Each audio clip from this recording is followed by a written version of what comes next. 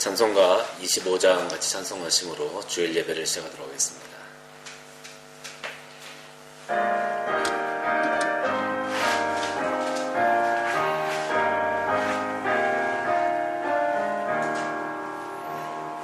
멸류관 보소서 주 앞에 드리세 저 천사 기쁜 노래가 온 땅에 퍼지네 내 혼악 깨어서 주 찬송하여라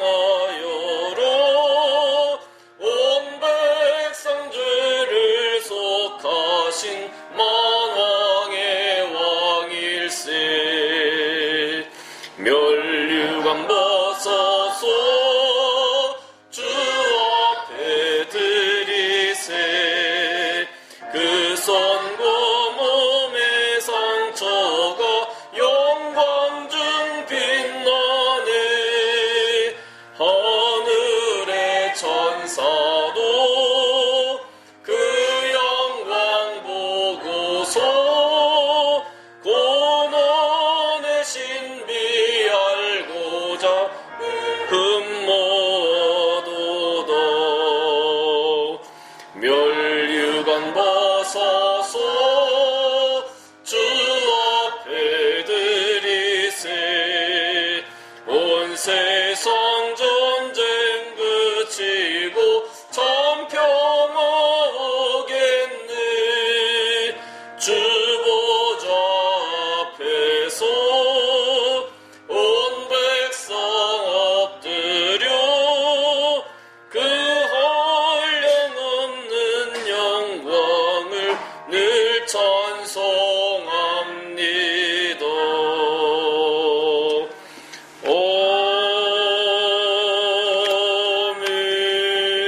아멘. 교동문 66번 같이 교독하시겠습니다. 교동문 66번 시편 150편입니다.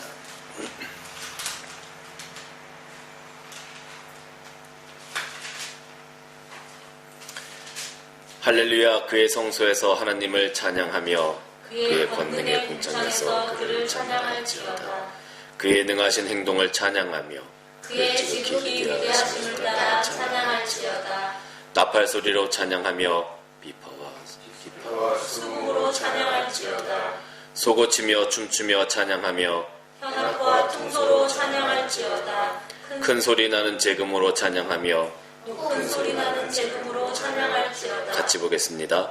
호흡이 있는 자마다 여호와를 찬양할지어다. 할렐루야. 아멘. 찬송가 251장입니다.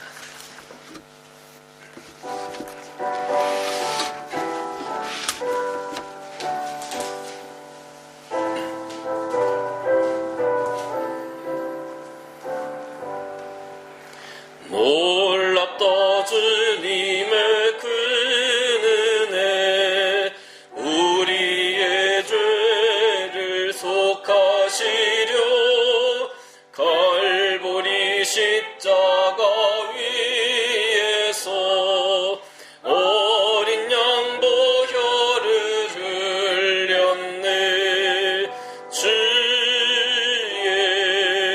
은혜 우리의 죄를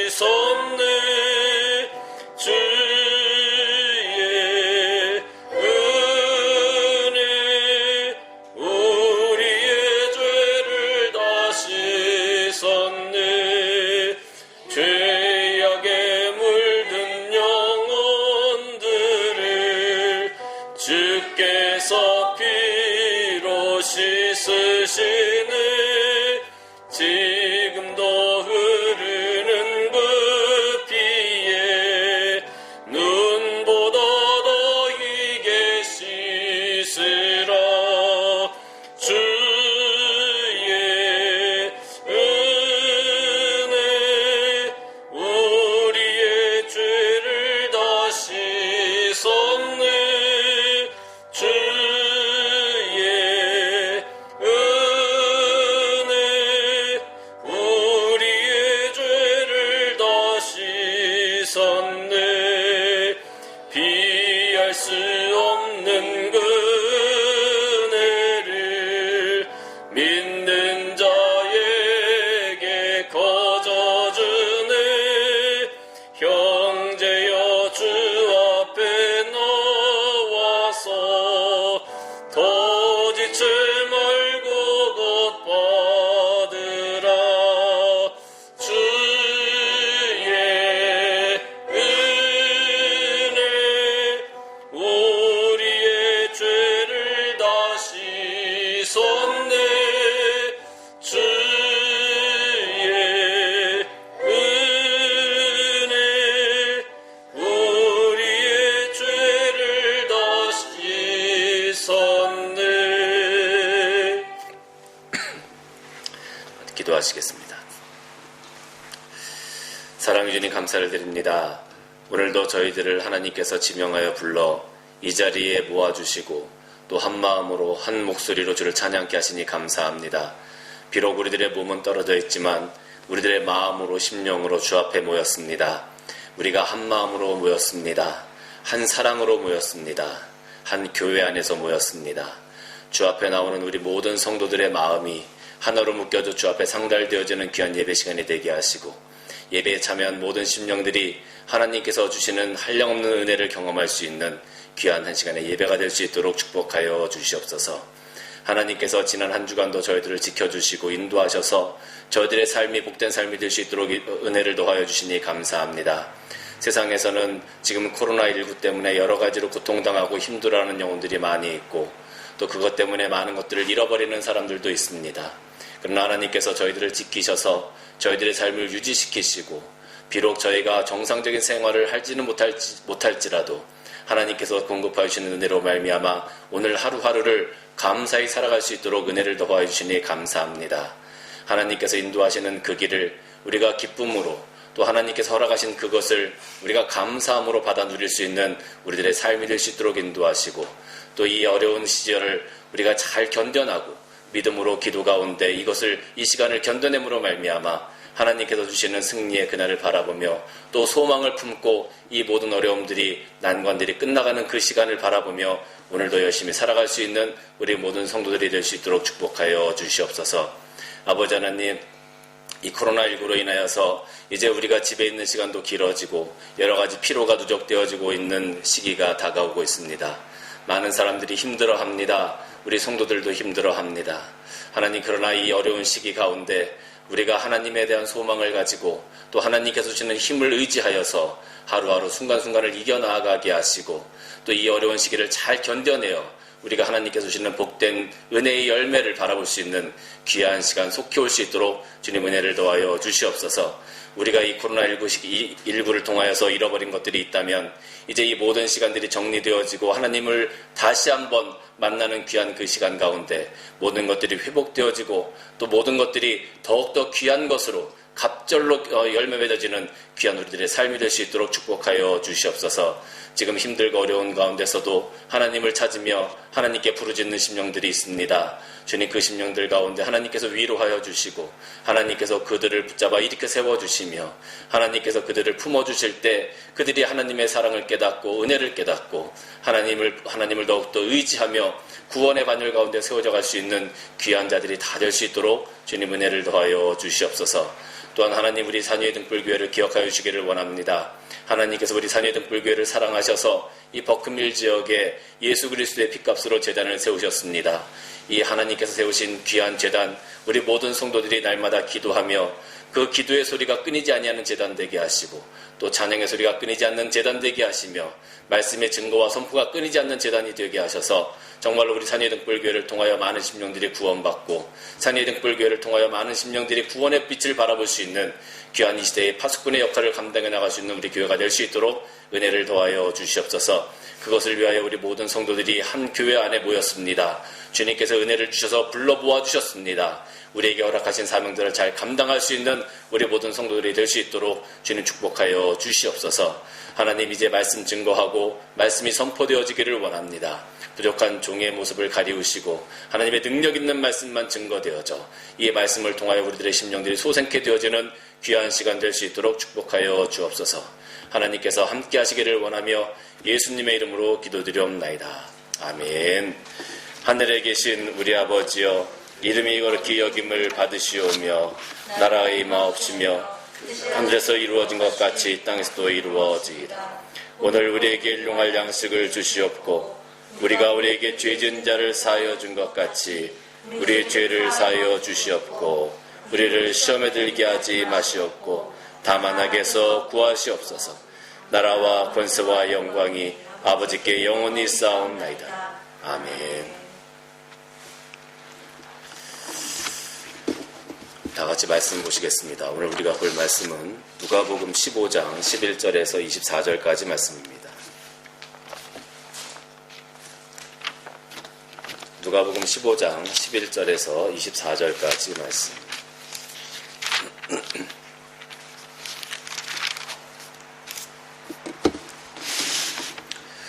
누가복음 15장 11절에서 24절까지 우리 한 목소리로 교독하도록 하겠습니다. 또 이르시되 어떤 사람에게 두 아들이 있는데 그 둘째가 아버지에게 말하되 아버지여 재산 중에서 내게 돌아올 분깃을 내게 주소서 하는지라. 아버지가 그 살림을 각각 나눠 주었더니 그 후 며칠이 안 되어 둘째 아들이 재물을 다 모아가지고 먼 나라에 가 거기서 허랑방탕하여 그 재산을 낭비하더니 다 없앤 후 그 나라에 크게 흉년이 들어 그가 비로소 궁핍한지라. 가서 그 나라 백성 중 한 사람에게 붙여 사니 그가 그를 들로 보내어 돼지를 치게 하였는데 그가 돼지 먹는 주용 열매로 배를 채우고자 하되 주는 자가 없는지라. 이에 스스로 돌이켜 이르되 내 아버지에게는 양식이 풍족한 품꾼이 얼마나 많은가. 나는 여기서 줄여 죽는구나. 내가 일어나 아버지께 가서 이르기를 아버지 내가 하늘과 아버지께 죄를 지었사오니 지금부터는 아버지의 아들이라 일컬음을 감당하지 못하겠나이다.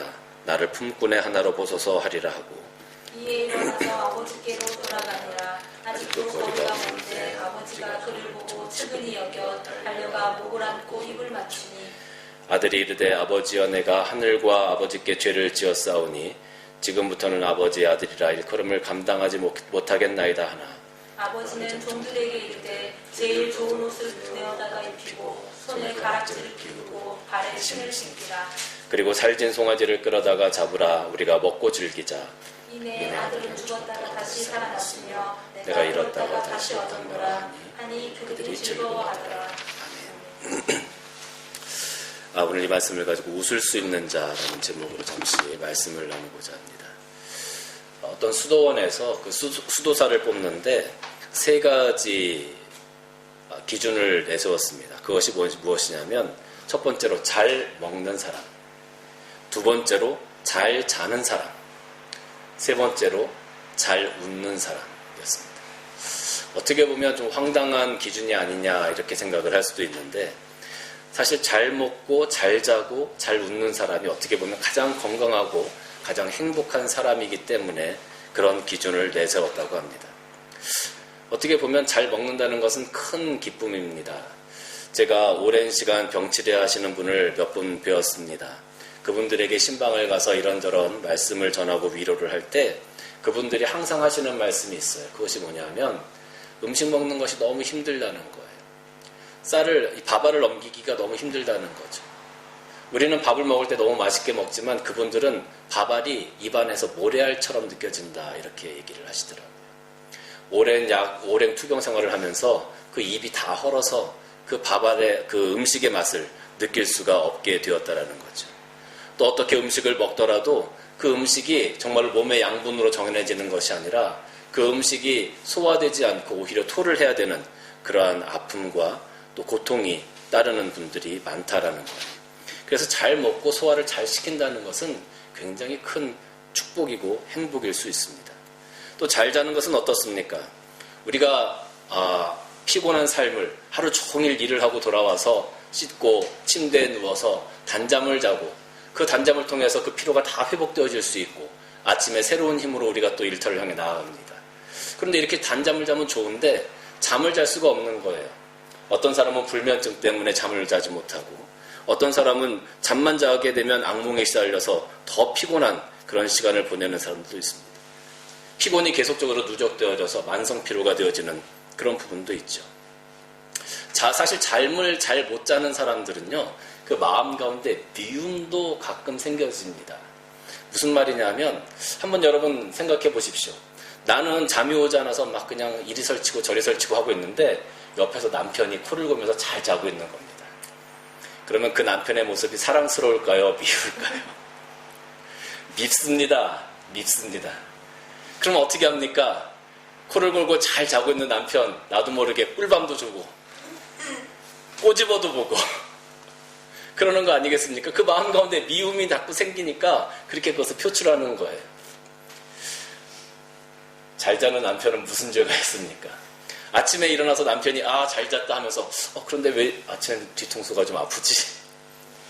목이 물렸나? 왜 팔이 이렇게 부어있지? 이렇게 얘기를 하겠지요. 나는 잠을 자지 못하는데 옆에서 잠을 잘 자고 있는 사람들을 보면 나도 모르게 질투도 생기고 그런 미움도 생겨지게 됩니다. 잠을 잘 잔다는 것은 이렇게 큰 축복입니다. 내가 편안한 밤을 자고 편안한 잠을 통해서 내 육신이 회복되어지고 또 다음날 새로운 힘을 얻을 수 있기 때문에 그렇죠. 이렇게 잘 먹고 잘 자는 사람들은 웃음도 잘 웃습니다. 잘 먹고 잘 자니까 행복하지 않겠습니까? 잘 먹고 잘 자니까 기쁘지 않겠습니까? 그러니까 나도 모르게 웃음이 얼굴 가운데 나오게 되어지는 거죠. 내가 잘 웃는다는 것은 내 삶의 질을 높여주는 겁니다. 내가 잘 웃는다는 것은 내가 그만큼 행복하다는 겁니다. 이렇게 육신적으로 잘 웃는 것 굉장히 중요한 일이죠. 그런데 우리가 육신적으로 잘 웃는 것뿐만 아니라 영적으로도 웃을 수 있어야 된다라는 겁니다. 육신만 웃는 것이 아니라 우리가 내 영혼도 웃을 수 있는 그러한 삶을 살아가면 얼마나 좋을까라는 생각을 한번 해봅니다. 오늘 누가복음 15장 말씀 21절부터 말씀을 보면 돌아온 탕자의 아들, 되찾은 잃어버린 아들에 대한 이야기가 나옵니다. 오늘 이 말씀을 통해서 우리가 웃을 수 있는 삶과 웃을 수 없는 삶, 이 두 가지에서 잠깐 살펴보고자 합니다. 먼저 웃을 수 없는 삶입니다. 웃을 수 없는 삶은 하나님으로부터 멀어져가는 삶입니다. 오늘 여기 12절 말씀을 보면 그 둘째가 아버지에게 말하되 아버지여 재산 중에서 내게 돌아올 분깃을 내게 주소서 하는지라. 아버지가 그 살림을 각각 나눠 주었더니 그 후 며칠이 안 돼서 둘째 아들 재물을 다 모아가지고 먼 나라에 갔다 그랬습니다. 이 아들은 아버지와 함께 하고 싶지가 않았습니다. 이 아들은 아버지를 떠나가고 싶었습니다. 왜 떠나가고 싶었을까요? 왜 이 아들은 집에 머물기를 싫어했을까요? 가만히 생각을 해보면 우리 아이들 중에서 10대를 벗어나서 고등학교를 졸업하면 아이들이 너희들 뭘 하고 싶니? 라고 물어보면 하나같이 대답하는 첫 번째 대답이 있습니다. 그것이 뭐냐면 독립입니다. 독립. 나는 집을 떠나서 살아보고 싶다는 거죠. 내가 지금까지 부모님 밑에서 같이 부모님과 살아왔는데 이제는 내가 혼자 살아보고 싶다는 겁니다. 아마 대부분의 아이들이 그것을 다 원할 겁니다. 부모님의 잔소리도 싫고 부모님과 함께 지내는 것도 이제 지겨우니까 나 혼자서 멋지게 내 마음대로 한번 살아보겠다는 거예요. 어떻게 보면 굉장히 멋있는 삶처럼 보입니다. 있어 보이기도 하고요. 또 친구들끼리 밤늦게 돌아다녀도 누가 뭐라고 하지 않습니다. 그러니까 얼마나 좋겠습니까? 아주 자유로워 보입니다. 그런데 여러분 한번 생각을 해보세요. 만약에 이 아들이 아버지 나 집을 떠나가겠습니다 라고 얘기했을 때 아버지가 기다렸다는 듯이 그래 너 잘 생각했다 얼른 나가거라 이렇게 그 아들을 보냈겠습니까? 아니죠. 그 아들을 만류했을 겁니다.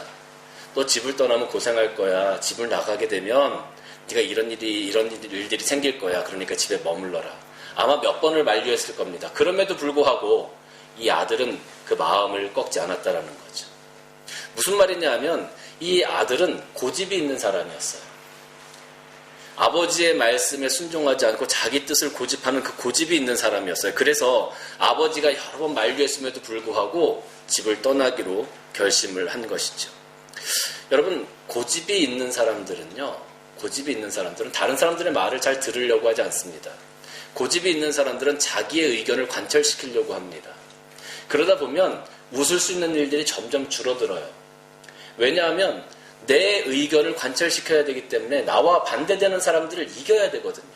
그러니까 그 사람들은 항상 어떤 마음 자세냐 하면 고집이 있는 사람들은 항상 그 마음이 전투하는 전투태세를 갖추고 있는 거예요. 항상 싸워서 이겨야 되니까. 내 의견을 관철시켜야 되니까. 그러니까 그 얼굴에 웃음이 있겠습니까? 아니면 인상을 쓰고 있겠습니까? 인상을 쓰고 있을 수밖에 없는 거죠. 웃을 수가 없는 겁니다. 하나님 앞에서 고집 부리는 사람, 교회 안에서 고집 부리는 사람, 하나가 되기를 거부하고 자기의 것을 고집하는 사람들, 그런 사람들을 한번 생각해 보십시오. 그 사람들이 웃을 수 있겠습니까? 누구든지 자기에 대해서 반대하는 사람이 있으면 그 사람을 이겨야 하고 짓밟아야 하고 그 사람과의 논쟁을 통해서 다른 사람들에게 그가 잘못했다는 걸 증명해야 합니다. 그런 사람이 어떻게 웃을 수 있겠습니까? 군대 가면 5분 대기조라는 게 있어요. 어떤 일이 생기면 5분 안에 모든 것들을 탁 준비하고 나가야 됩니다. 그래서 그 사람들은 군화도 벗지 못하고 잠을 잡니다. 항상 준비해요. 항상 준비. 자기 고집 있는 사람들은 이렇게 항상 준비를 하는 거예요. 다른 사람과 싸울 준비를 하는 겁니다. 그러니 그 얼굴에 웃음이 있을 수가 있겠습니까? 그럴 수 없습니다. 하나님으로부터 멀어지는 삶, 아버지로부터 멀리 떠나는 삶이 멋있게 보일지 모르지만 그것은 결국 자기 고집이 있는 삶이에요. 그래서 웃을 수 있는 삶이 될 수가 없다라는 거죠. 두 번째는 물질에 집착하는 삶입니다. 오늘 여기 12절 말씀을 다시 보면 그 둘째가 아버지에게 말하되 아버지여 재산 중에서 내게 돌아올 분깃을 내게 주소서 하는지라. 근데 아버지가 그것을 나눠주셨어요. 저는 이 말씀을 보면서 참 이 아들이 참 대단한 아들이다 그런 생각을 했어요. 무슨 말이냐 하면 여러분 한번 생각을 해보십시다. 우리에게 아들이 있는데 그 아들이 독립을 하겠다고 얘기하는 겁니다. 그런데 그냥 독립을 하는 것이 아니라 아버지 돌아가시면 이 집은 제 거가 될 거니까 그 명의를 먼저 주세요.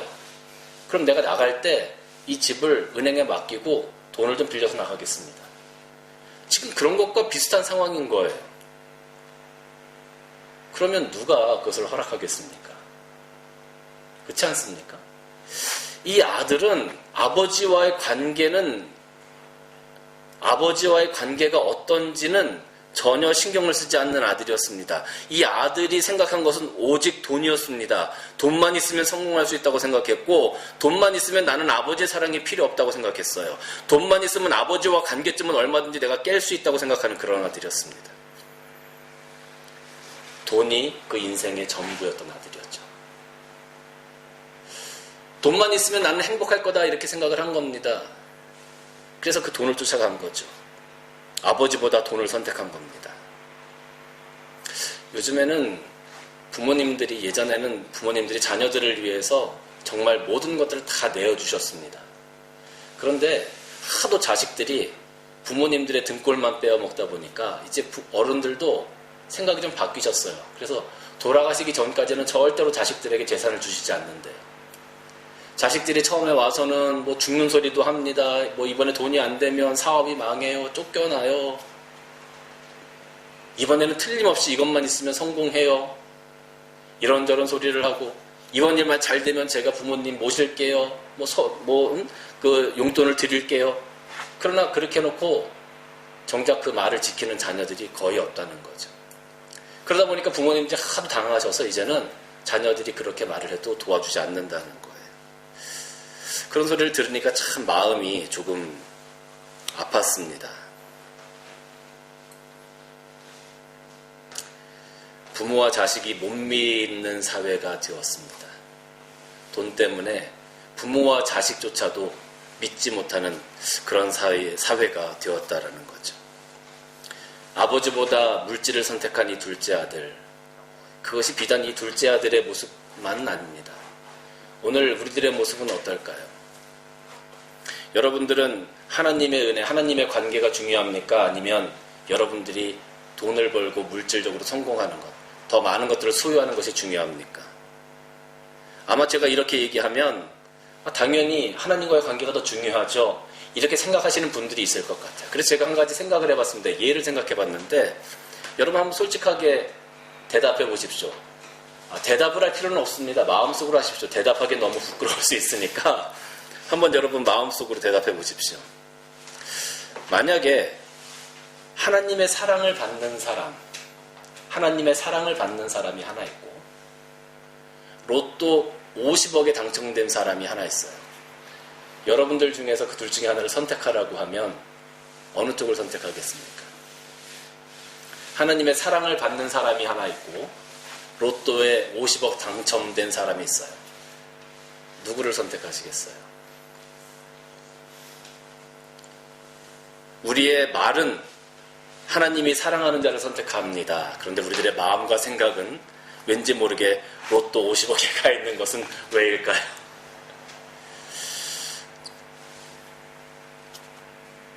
하나님과의 관계가 중요한데, 아버지와의 관계가 중요한데 그 모든 것을 버리고 물질을 선택하는 이 시대의 모습이 바로 우리들의 모습입니다. 이 둘째 아들의 모습이 바로 우리들의 모습입니다.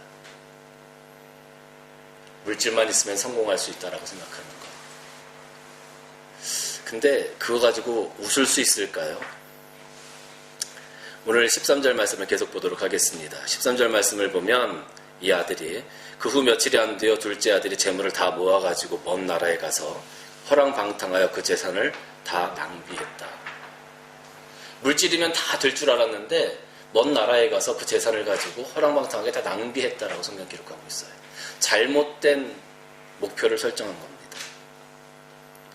무엇을 세워가고 만들어가고 건설해가고 그런 목표를 세워야 하는데 그 젊을 때 그 객기로 그 젊을 때의 그 쾌락에 빠져서 그 모든 것들을 탕비하고 소비하고 규모 없이 그런 것들을 사용함으로 말미암아 결국은 아무것도 남지 않게 되었다는 거죠.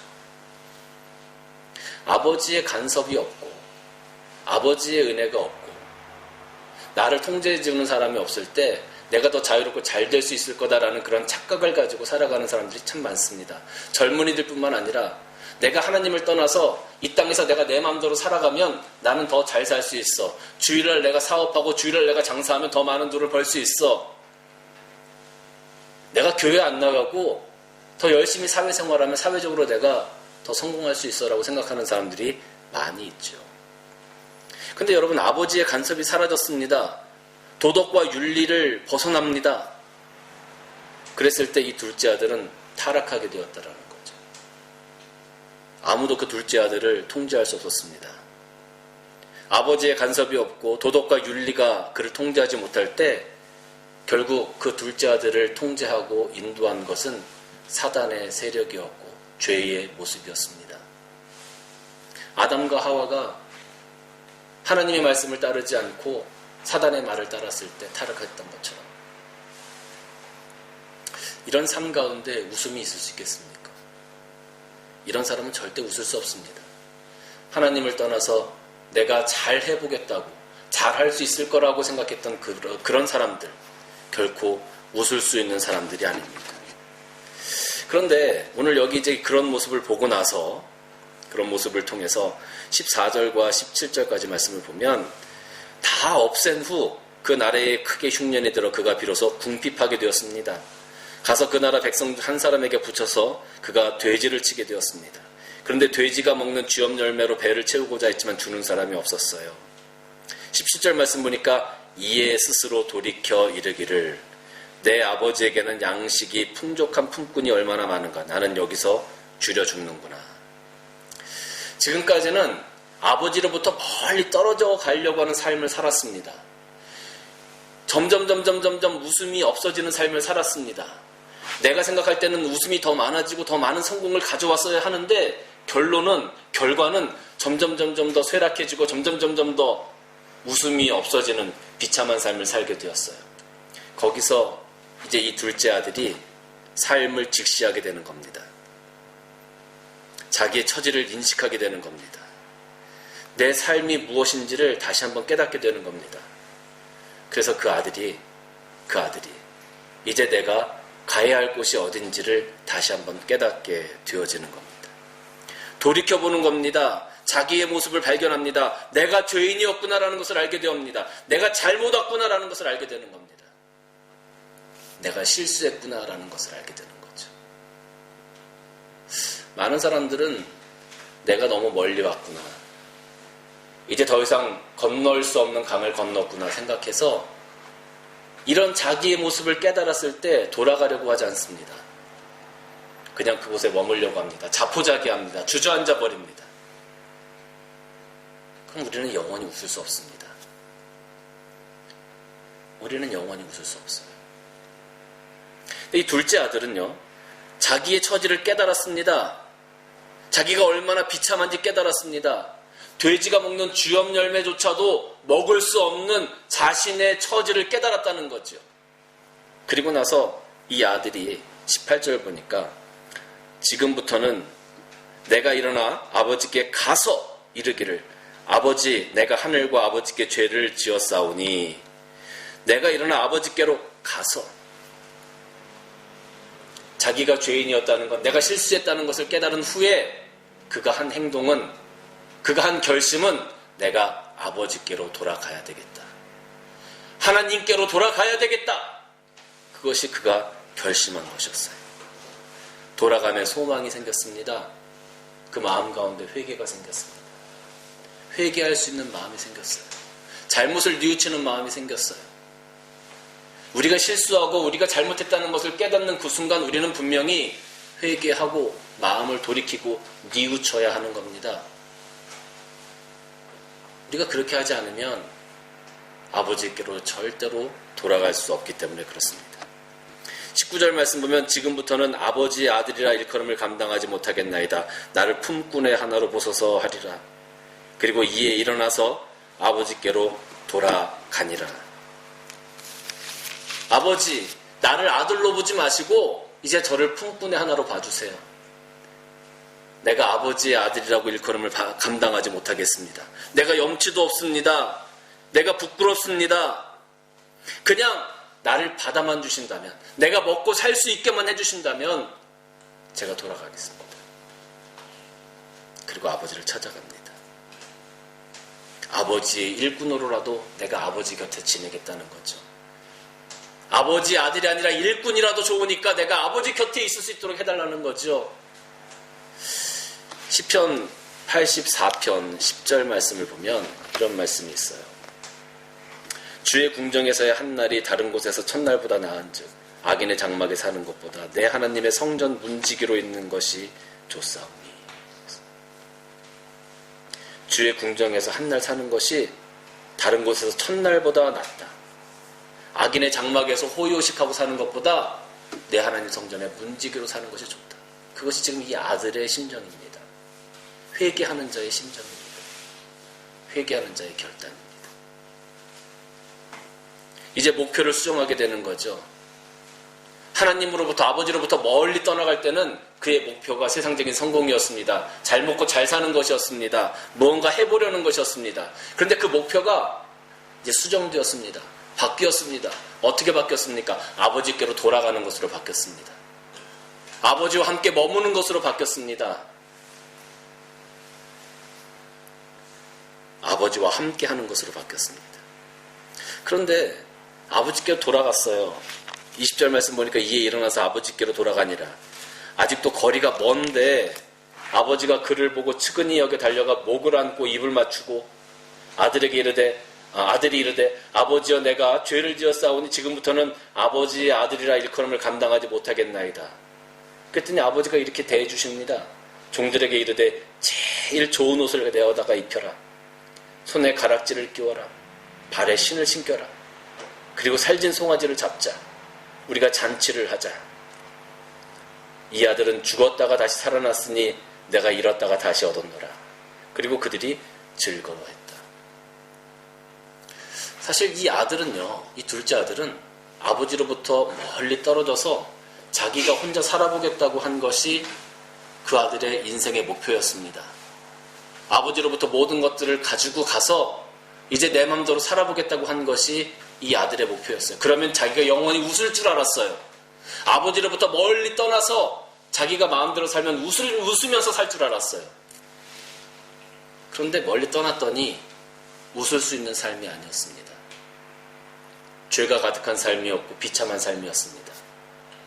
그동안 아버지의 은혜가 무엇인지, 사랑이 무엇인지 깨닫지 못했던 자신을 다시 한번 발견하게 되어지는 기회가 됐어요. 그리고 나서 다시 결심하고 돌아옵니다. 자기의 죄를 깨닫지 못했을 때, 자기의 처지를 깨닫지 못했을 때는 아버지의 은혜가 무엇인지 알지 못했지만, 아버지의 사랑이 무엇인지 알지 못했지만, 자기의 부족함과 자기 자신을 바라본 후에는 아버지의 사랑이 무엇인지 깨달았어요. 그래서 목표가 바뀝니다. 아버지께로 어떻게 해서든지 돌아가자. 어떻게 해서든지 돌아가자. 아들이 아니어도 좋으니 돌아가자. 그리고 돌아온 것 뿐이에요. 모든 것들을 다 잃어버리고 돌아왔습니다. 그런데 여기서 참 이 아버지의 모습을 바라보면서 감사한 것은 뭐냐 하면, 그 아들이 그렇게 돌아왔을 때 한마디도 책망하지 않았다는 거죠.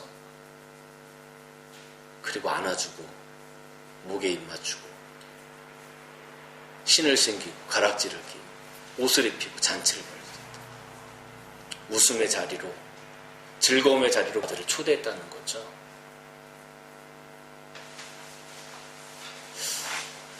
이 아들이, 둘째 아들이 잘해서 그 웃을 수 있는 즐거움의 자리에 들어갔습니까? 아니에요.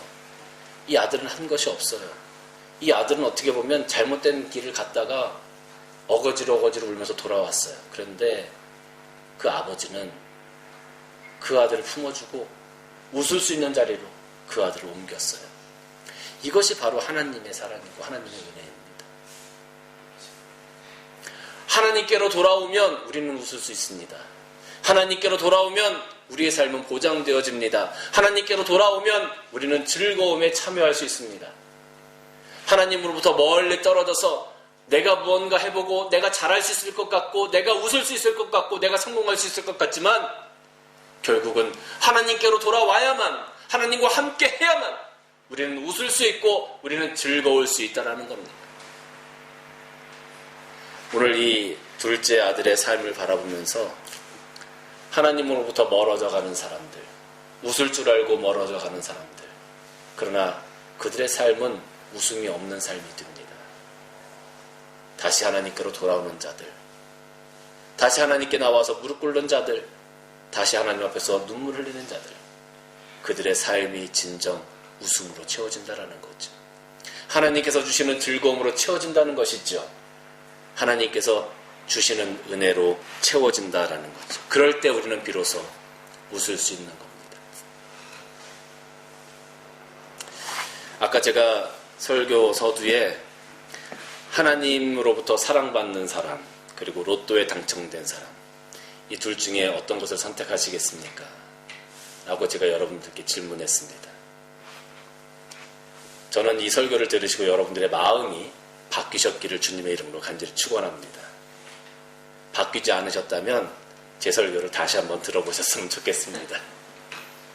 하나님이 사랑하는 자, 그 모습 하나로 우리가 웃을 수 있고 그 모습으로 우리가 기쁘게 살아갈 수 있다는 것, 이 땅에서 살아가는 우리 믿음 있는 자들은 다 명심하고 하나님과 동행하시는 여러분들 되시기를 주님의 이름으로 간절히 축원합니다. 기도하시겠습니다.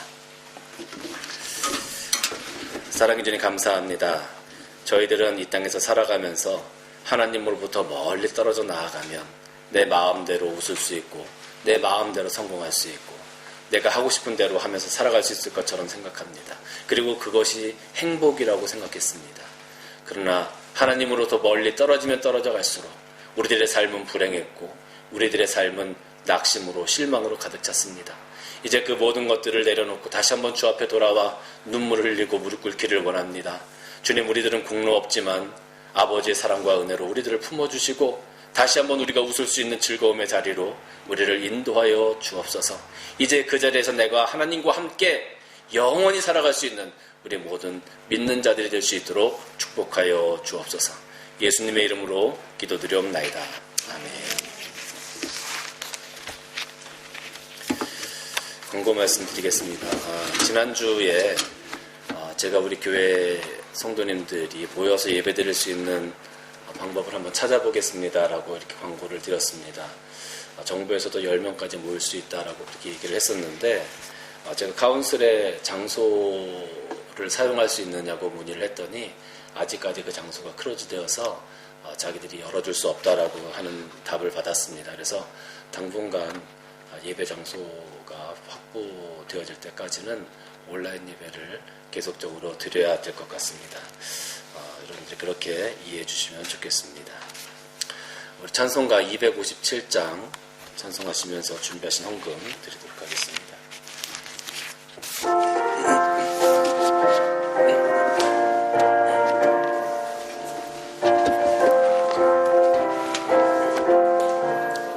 마음에 가득한 의심을 깨치고 지극히 화평한 마음으로 찬송을 부르는 어린 양 예수의 그 피로 속죄함 얻었네. 속죄함 속죄함 주 예수 내 죄를 속했네. 할렐루야 소리를 합하여 함께 찬송하세. 그 피로 속죄함 얻었네. 금이나 은같이 없어질 보배로 속죄함 받은 것 아니오. 거룩한 하나님 어린 양 예수의 그 피로 속죄함 얻었네. 속죄함 속죄함 주 예수 내 죄를 속했네. 할렐루야 소리를 합하여 함께 찬송하세. 그 피로 속죄함 얻었네. 나 같은 죄인이 용서함 받아서 주 앞에 옳다함 얻음은 확실히 믿기는 어린 양 예수의 그 피로 속죄함 얻었네. 속죄함 속죄함 주 예수 내 죄를 속했네. 할렐루야 소리를 합하여 함께 찬송하세. 그 피로 속죄함 얻었네. 거룩한 천국에 올라간 후에도 넘치는 은혜의 찬송을 기쁘게 부르는 어린 양 예수의 그 피로 속죄함 얻었네. 속죄함 속죄함 주 예수 내 죄를 속했네. 할렐루야 소리를 합하여 함께 찬송하세. 그 피로 속죄함 얻었네. 기도합니다. 주님 감사합니다. 오늘도 하나님께서 저희들 지켜주시고 은혜 주신 것에 감사함으로 귀한 예물 드립니다. 우리들의 삶이 코로나19를 통해서 여러 가지로 힘들고 어렵지만 그 가운데 저희들을 지키시고 인도하신 하나님의 은혜가 큽니다. 오늘도 그 은혜에 감사함으로 귀한 예물 드리는 손길들 아버지 하나님 축복하여 주시고 저들의 삶이 하나님께서 날마다 공급하여 주시는 것으로 가득 채워져 기쁨과 즐거움의 삶이 되게 하시고 많은 자들에게 베풀며 나눌 수 있는 귀한 삶이 될 수 있도록 은혜를 더하여 주옵소서.